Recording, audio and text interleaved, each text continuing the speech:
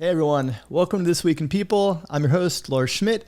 This show is supported by my friends at PIN, the employee communications tool for the distributed workplace. All the articles I'm going to walk you through, I have links in the bottom of the show description, so definitely check those out. And with that, let's dig right in. So the first thing I want to talk to you about is an article in Forbes this week called 5 Things the Future of Work is Not. And it has a lot of concepts that I think will be familiar to most of you that are watching.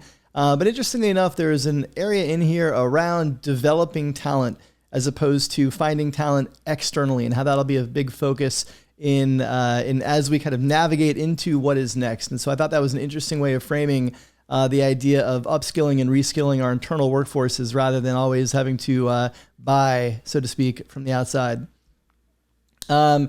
LinkedIn Talent Blog had a really interesting article this week. There was an inside look at Salesforce's recruiting engine and some really interesting practices there. I think they do a lot of things right, but there was one point in particular that stood out to me that I actually covered in Redefining HR a bit, which is actually the role of great HR in recruiting is sometimes encouraging your people to leave.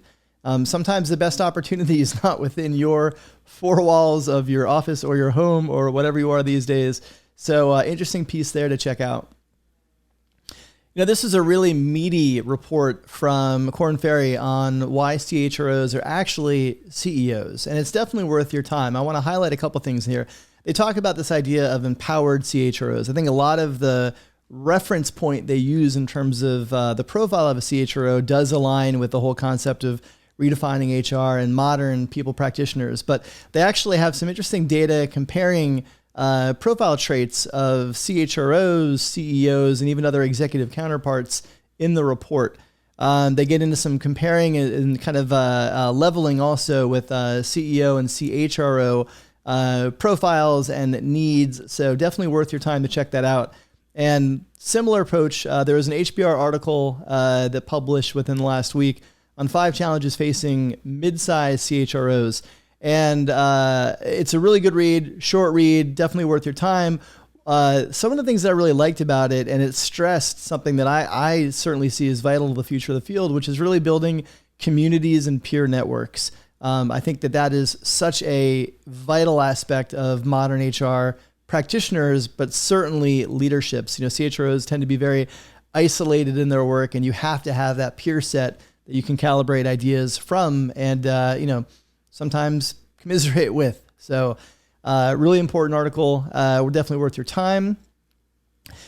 I'm a huge fan of what N13 and Life Labs Learning is building. They have a series of really valuable, meaty pieces that they've been publishing over the last couple of months. This one's on designing an org structure, particularly in a startup environment.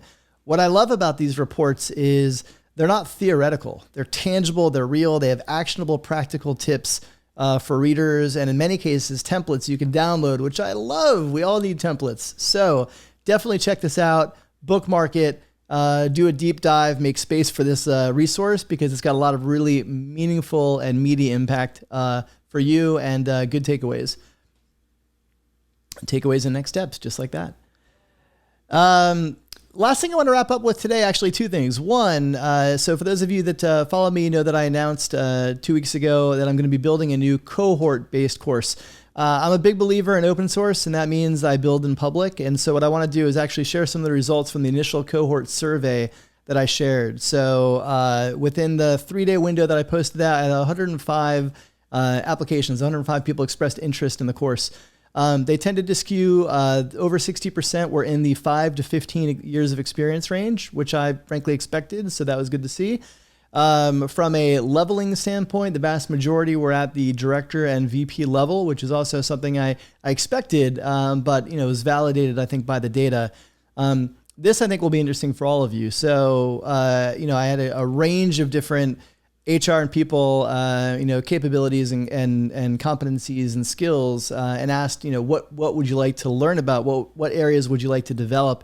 And these are the top 5. People analytics by a landslide, and DEI, a close number 2 following that. And then you can see HR transformation, talent management, and performance. So what I can tell you right now is people analytics and DEI will actually absolutely be 2 of the components of the course that I'm building, and I'm going to bring in experts in those different disciplines to help train those parts of the cohort course. And last thing is we're beginning to think more about shifting into an office once that's safe to do so. I'm going to be kicking off a new open source project around return to work plans. So if you have your plans developed, if you have any policies or guidelines that you are willing to share, hook me up, send those my way. I'm going to curate a global collection of those and make those available as open source so that for those of you that are planning your efforts, for those of you that have CEOs hitting you up and saying, when are we going to open? How are we going to open? What are our safety protocols, etc.?